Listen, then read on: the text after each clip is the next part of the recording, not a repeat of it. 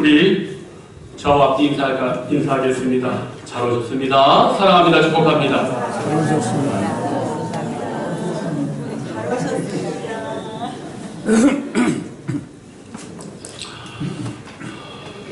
예수님께서 공생애를 시작하시기 전에 광야에서 사탄의 세 가지 시험을 받으신 것을 여러분 아실 겁니다. 그래서 언뜻 생각하기에 사탄이 시험했기 때문에 광야로 몰아간 것도 사탄이라고 생각을 많이 합니다. 제가 늘 강조합니다. 마가복음 2장 12절에 보면 성령이 곧 예수를 광야로 몰아내시니라. 성령께서 광야로 예수님을 몰아내셨습니다. 강력한 성령의 감동하심이 광야로 예수님을 떠밀어 보내신 겁니다. 왜 성령이 이것을 그토록 강조하느냐? 이 광야에서의 시험 이후에야 비로소 예수님이 3년의 공생애를 시작합니다. 광야의 경험은요, 예수님뿐만 아니라 성령의 수많은 믿음의 사람들의 영웅에서 보여지는 이 공통된 모습이에요. 오늘 말씀의 다윗도 하나님께서 그를 광야로 몰아가시는데 어떻게 몰아가시냐 하면 사람들에게 배반을 당해서 광야로 몰아가게 합니다.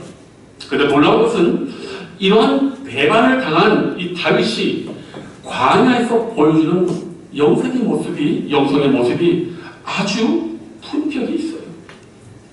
그 배반의 상태에서 광야로 어쩔 수 없이 피신해야 하는 그때에 다윗이요, 자기를 배반한 사람들에게 어떤 모습을 보여주고 또 그러한 영성의 품격을 보여준 다윗 앞에 하나님이 요나단을 또 보내주세요.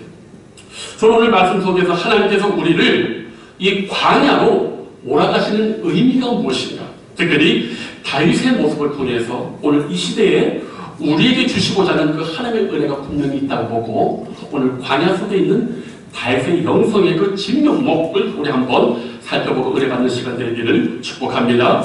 자, 오늘 우리가 말씀에서 가장 먼저 다윗에게 주목하는 그의 영성은 뭐냐면 배반을 당했음에도 불구하고 보복을 가하지 않는 인내의 영성이에요. 자, 오늘 말씀을 이렇게 보면 이 그일라 사람들이 나와요. 이 그일라 사람들은 다윗에게 아주 큰 은혜를 입은 사람들이에요. 어떤 은혜냐?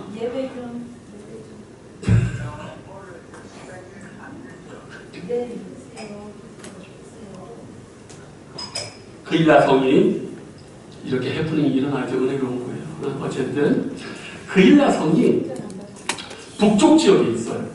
그런데 갑자기 이 북쪽 지역에 누가 쳐들어오냐 하면 블레셋이 쳐들어와요. 근데 이상하죠? 그일라 성이 북쪽에 쳐들어오면 누가 여기에 군사를 보내고 도와줘야 될까요?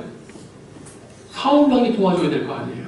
문제는 사울 왕이 도와주지 않는 거예요.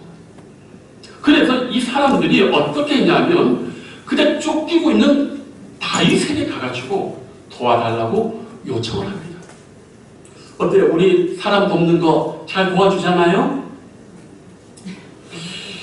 이렇게 원할 것 같습니다. 그런데 이때 다윗이 400명의 사람들이 있었는데 도와주려고 기도합니다. 하나님, 어떻게 할까요? 하나님이 가라고 했어요. 근데 정작 400명의 사람들이 안 됩니다라고 극구 반대를 합니다. 왜? 그 성에 들어가서 농성하고 도와주는 즉시 뭐가 됩니까? 사울 왕이 이스라엘 전역의 군사를 이끌고 그 성을 에워싸면 쫓아다닐 필요가 없잖아요.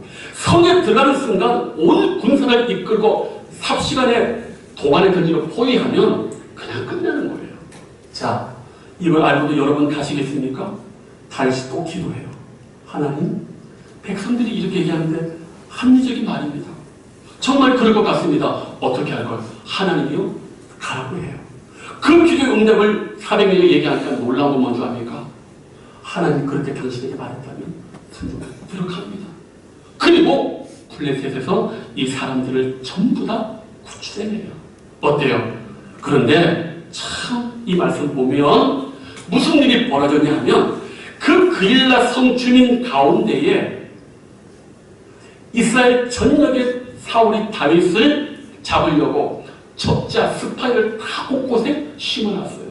심지어 어디요? 2전장에 보면은 녹당에 제사장들이 사는 예배를 드리는 거기에도 도액을 거기다가 첩자를 심어놓고 무슨 일이 벌어지냐? 다윗은 그 짓을 해요. 사울은. 자, 그런데 이 그일야성이 구원을 받고 은혜를 받았음에도 불구하고 한 사람의 스파이가 몰래 가서 사울에게 말합니다. 당신이 찾는 다윗이 여기 있어. 완전히 도안에 든칩니다. 근데 놀라운 건 뭐냐? 사울 주위에 수많은 이 베냐민 지파 수많은 사람들이 있었는데 놀라운 건 사울 옆에 있는 신하들과 모든 사람들은 다윗을 사랑해가지고 다윗에게 또 전가를 보내는 거예요. 지금 여기 지금 당신을 죽이려는 밀고가 들어왔습니다. 라고 그렇게 얘기를 해요. 그러니까 다윗이 그 얘기를 듣고 하나님께 묻는 거예요. 성도님들 생각해 보세요. 전쟁이라는 것은 목숨을 걸고 하는 거예요. 내 일이 아니에요, 솔직한 말로.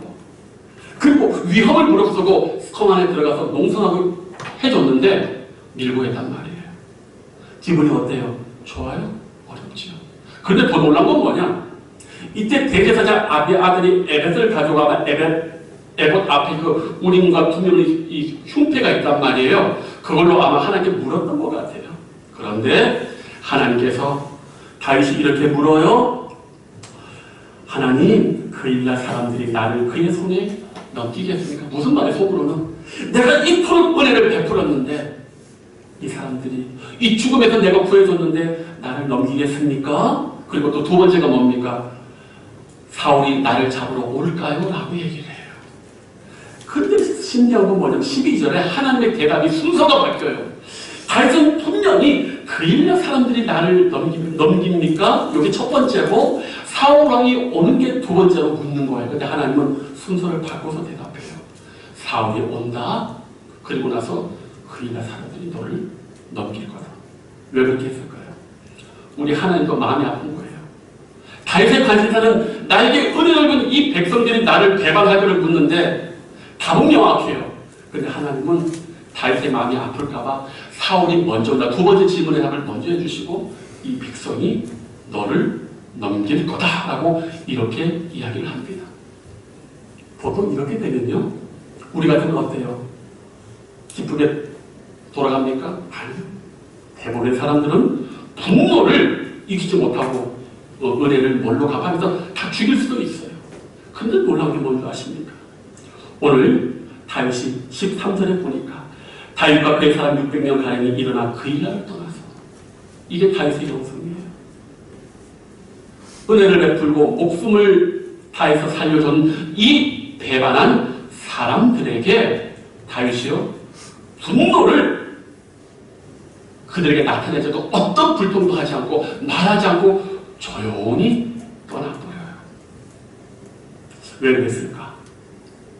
저는 이때 다윗이요 왜 아무 말 안 하고 그냥 떠났을까? 마음이 좋아서? 아니요. 다윗의 마음속에 이게 있었던 것 같아요. 왕이 백성을 구원하는 일은 칭찬과 상관없이 마땅히 해야 됩니다. 왜? 우리 오늘 이 다윗의 모습을 통해서 다음의 사실도 발견합니다. 사울왕이 왜 더 이상 사울왕이 아닌지, 왜 그일라 백성들이 죽을 위기에 처했는데도 꼼짝도 안 하는 거예요. 왕임에도 불구하고. 그러나 다윗은 참된 왕인지 그가 뭡니까? 비록 도망가고는 있지만 자기 목숨보다도 이 그일라 성의 백성들의 안위가 더 그에게 소중한 거예요. 그래서 목숨을 다해서 도망하는 순간에도 백성을 구원하는 이것이 바로 다윗이 하나님 앞에 왕이 된 증거인 거예요. 성도님들, 우리 인생 가운데에 우리가 마땅히 해야 될 일들이 많아요. 내 사랑과 내 은혜와 나의 섬김에 대해서 그저 우리는 마땅히 사랑하는 게 우리의 의무예요. 그들이 어떤 선물, 어떤 기대를 하는 것과 상관없이 우리는 무조건 사랑을 베푸는 거예요. 하나님께 그런 사랑을 받았으니까. 근데 문제는 뭐냐? 우리는 언제나 죽고 나서 공치사해요. 저 사람이 내가 이렇게 해주겠지. 그런 생각 하면 안 돼요. 다윗이 만약 그랬다면 다윗은 오늘 여기서 분노했을 것입니다. 그러나 마땅히 해야 할 일을 했다. 내가 직접 받은 은혜 그대로 해버린 거예요. 놀라운 건 뭔지 아십니까? 이런 영성을 보인 다윗에게요, 하나님이 어떤 축복을 준 줄 아세요? 우리 13절 한번 다 같이 제가 그만할 때까지 한번 읽어보실까요? 13절 시작. 다윗과 그의 사람 600명 가량이 일어나. 자, 스톱. 성도님들, 다윗이 원래요 도망갔을 때 22장에 보면은 환난당한 모든 자, 빚진 모든 자, 마음이 원통한 자가 다 그에게로 모였고 그는 그들의 우두머리가 되었는데 그와 함께한 자가 몇 명? 400명 가량입니다. 그런데 지금 그 일날을 나올 때 몇 명요? 600명. 200명 어디서 나왔을까요? 그 일날 주민들 가운데 다윗의 이 모습을 보고 다윗과 함께 고난을 피하고 다윗을 통해 이루시고나 하는 역사에 고난길을 함께 선택한 사람이 무려 몇백 명? 200명. 이거예요. 말씀대로 주의 뜻대로 은혜대로 살면 하나님이요 이런 사람을 붙여주시는 거예요. 그런데 이게 쉽지 않습니다.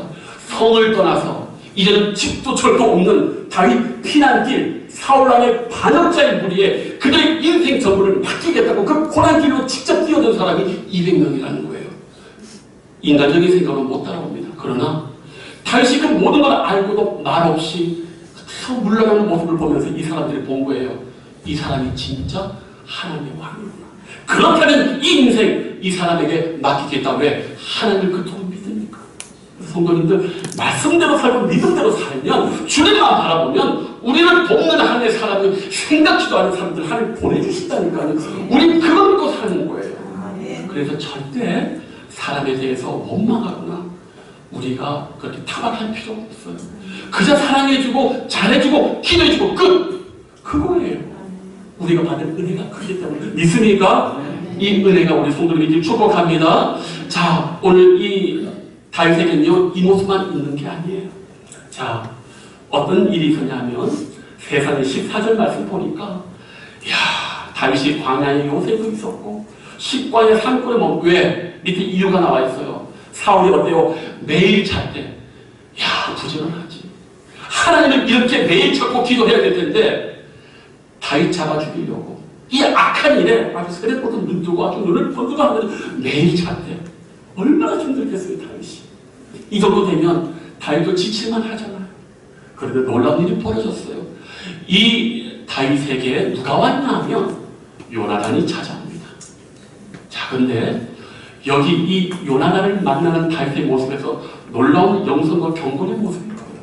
자, 보십시오. 오늘 요나단이 16절에 찾아옵니다.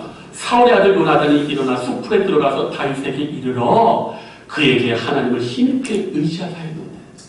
자, 요걸 한번 기억하시고요. 사무엘상 20장 1절 한번 찾아볼게요. 사무엘상 20장 1절을 다 같이 한번 읽어봐요.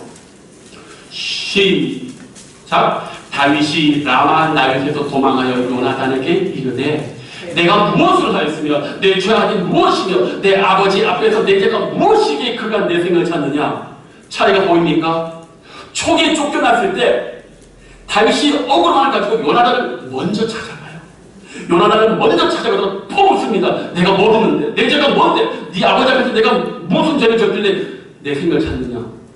먼저 찾아가서 자기의 억울함을 막 쏟아냅니다. 요나단 앞에. 그런데 오늘 어때요?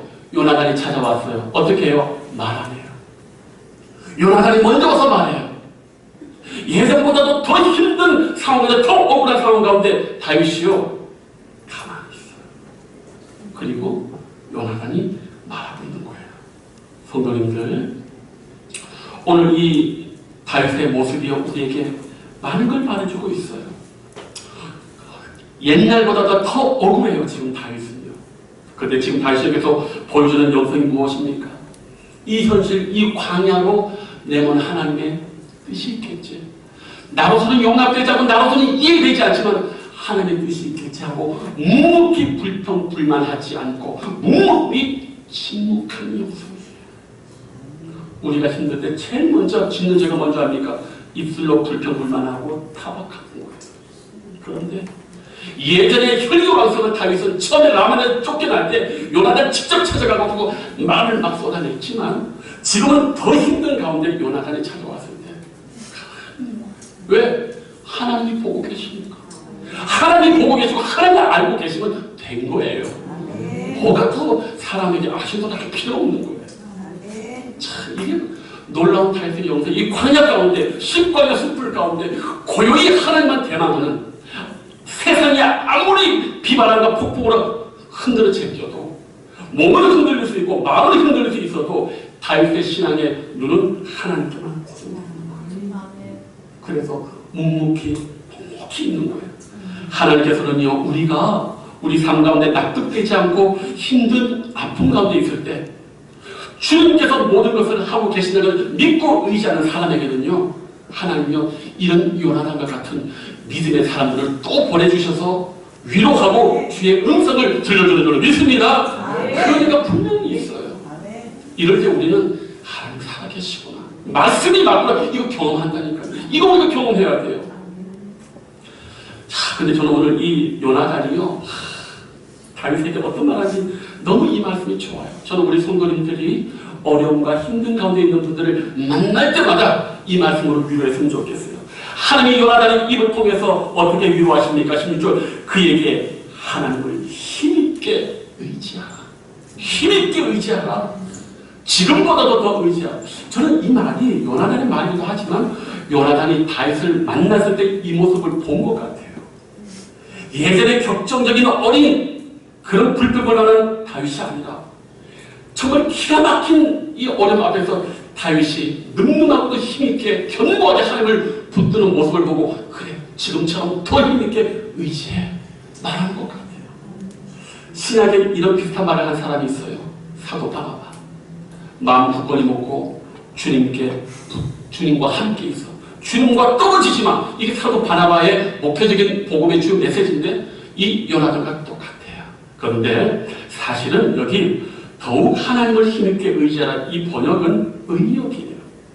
원래 히브리 말을 그대로 번역하면 요나단은 다윗의 손을 하나님 안에서 강하게 하였다라고 얘기를 해요. 뭡니까? 그의 손을 하나님 안에서 강하게 했다. 이게 왜 그러냐면 구약에서 지쳐있는 자, 절망에 빠지고 시련에 빠진 자를 어떻게 표현하면 손이 늘어진 자라고 표현하거든. 그런데 하나님 안에서 견고히 서 있는 사람은 손이 늘어진 자가 아니라 손을 강하게 하는 자라고 그렇게 구약을 특별하게 표현하는데, 오늘날로 말하면 하나님을 강하게 붙드는 사람을 말하는 거예요. 어쨌든 성도님들 기억하십시오. 하나님께서 우리를 광야 가운데 우리를 모르시잖아요. 주님만 바라보고 실망하지 말고 절망하지 말고 일례로 주님 앞에 바라보면 하나님 하늘 사람들을 200명도 붙여주시고 절친 요나단도 붙여주시고 뭐라고 합니까? 아버지와 나는 네가 왕이 될 걸 알아. 너는 왕이 될 거고 나는 두 번째가 될 거야. 이 말로 위로한다니까요. 편히 있어도, 편히 주님만 바라보면. 사랑하는 성도님들, 그렇기 때문에 특별히 하나님께서 광야 같은 이 세상에 우리를 만드실 때요, 입술로 범죄하지 말고 조용히 주님만 바라보는 은혜가 되기를 축복합니다. 마지막으로 한 가지 더 살펴볼 게 있어요. 오늘 하나님께서 이 광야에서 다윗을요 얼마나 강하게 몰아가시는지 하면, 이 10광야 이렇게 깊이 있을 때요 기막힌 일이 벌어져요. 19절 말씀 보니까 10사람들이 기브아에 이르러 사울에게 다윗이 있다고 꼰질러요. 이게 왜 기가 차는 얘기냐 하면, 이 10이라는 이 광야 마을은 다윗이 있던 그 헤브론에서 6km밖에 안 돼요. 거기다가 이 10사람들이 있는 지역은 어느 지파냐? 유다 지파예요. 유다 지파. 베냐민 지파가 아니라 유다 지파예요. 그러면 이 10사람들이 기브아까지 대단히 멉니다. 이 기브아가 이 10마을보다도 높은 데 있고 멀리 떨어져 있어요. 그런데 다윗을 보호하고 자기의 편에 들어있는 유다 지파 사람들이 이 아래서 저 높은 기브아까지 때로 몰려가가지고 당신이 죽이고 하자는 다윗이 여기 있습니다라고 꼰질러버려요. 이때 다윗이 하나님 앞에 고요히 있습니다. 왜? 하나님이 무엇을 지금 이 10사람들을 통해서 말씀하시고자 할까요? 너의 고륙의 친척이라 할지라도 네가 의지할 사람은 누구다? 나밖에 없어. 나밖에 없어. 이거 하나를 아주 강력하게 하나님이 몰아붙이셔요. 이 정도까지 해야 너는 하나님의 왕이 될 수 있다. 왕이 되고자 하는 자는, 백성의 목자가 되고자 하는 자는 아무리 밑에 군사가 많고 신하가 많아도 누구만을 바라봐야 돼요? 하나님만을 봐. 이건 대단한 배신이에요. 자, 어떻게 같은 지파 사람들이 멀리까지 가서 꼰지를 수도 있습니까? 다 있어요. 근데 그 현실이 여기 벌어지고 있는 거예요. 요 10이라는 이 히브리 말 뜻이 뭐냐? 용광로, 제철소라는 뜻이에요. 하나님께서 이 10광야에서 그가 그나마 조금이라도 믿고 의지하는 유다 지파의 사람들 중에서 완전히 그 기대를 없애버리셔요. 우리 용광로 고루가 보통 1000도 이상이 됩니다. 거기 절망성 벌금이 집어넣으면 불순물이 거기서 되는 거예요. 하나님이 여기에서 그를 거기까지 우리가요 그런 말 있지 않습니까? 내 주위에 나를 사랑해주고 나를 위해주는 한 사람만 있어도 우리 자살하지 않는다는 그런 말 있잖아요. 하나님 이것까지 녹여버리시는 거예요. 이것까지 없애버리는 거예요. 나만 바라봐. 다윗이 이 준엄한 심판 앞에 하나님 앞에 완전히 자기를 의지합니다. 성도님들, 하나님께서요 하나님의 사랑을 이렇게 만지는 거예요. 우리가 인생 가운데 왜 자주 실망하고 넘어지는 줄 아세요? 이 사람만은 안 그럴 거야. 그렇지 않아요. 그렇지 않아요. 제가 말하는 사람들을 불신하라는 얘기가 아니에요. 사람들을 나쁘게 보라는 얘기가 아니에요. 신앙 안에 있는 우리는 첫 번째가 누구를 의지하는 거예요? 하나님을 의지하는 거예요. 근데 이게 잘 안 돼요, 우리가. 왜? 눈에 보이는 건 사람이고 보이지 않는 건 누구예요? 하나님이시고 힘든 거는 환경이니까 우리는 언제나 보이는 것에 흔들리는데 우리 하나님이 다윗을 어디까지 지금 만지시느냐? 고륙 친척인 유다지대 사람들의 배신까지 지금 맛보게 하는 거예요. 나중에 이 일이 얼마나 컸냐면 이 사람들의 배신이요 다윗이 영락없이 완전히 포위당하면 죽을 지경에 이릅니다. 어쩔 도리가 없게 돼요. 근데 놀랍게 하나님께서 블레셋을 침공하게 해가지고 다윗을 겨우 살려줘요. 그때 블레셋의 침공이 없었다면 다윗은 여기서 죽게 됩니다. 보십시오. 모든 사랑이 꽉 막히고 희망이 없고 절망이 밖에 없어도 주님을 믿게 되면요 극적으로 하나님께서 보호해 주시고 피할 길을 허락해 주시는 거예요. 여기까지 하나님은 우리로 욕망으로 몰아가시는 거예요. 쉽지 않아요. 쉽지 않습니다. 내가 원하는 것도 아니에요. 그러나 성도님들 저는 걱정 안 해요. 왜? 몰아가신 분이 우리를 만드시는 거기 때문에. 그렇기 때문에 성도님들 고난이 오고 어려움이 오고 십자가가 올 때 성도님들 그래 올 때 왔구나. 그래 주님의 은혜를 한번 경험해보자. 말씀대로 되어지는지 한번 보자라고 여러분이 강하게 오늘 그 일라섬에서 200명의 사람들이 성을 떠나서 사울을 반대하고 다윗과 함께하는 것처럼 그런 은혜의 우리 성도님들이 되시길 주님의 이름으로 축복합니다. 기도하겠습니다. 아버지 하나님, 오늘 우리 인생 가운데에 여러 가지 어려움이 많이 있습니다. 원치 않는 아버지 광야로 우리가 이끌림 받을 때도 많이 있습니다. 그러나 오늘 하나님은 다윗을 통해서 오직 하나님만 의지하고 바라보도록 그를 끊임없이 그를 광야로 몰아가는 걸 볼 수가 있습니다. 주여 이 광야 속에서 오직 하나님 한 분만을 의지하게 해주시고 위로가 도는 은혜만을 입을 수 있도록 주여 우리를 붙들어 주시옵소서. 감사하고 예수님의 이름으로 기도하옵나이다. 아멘.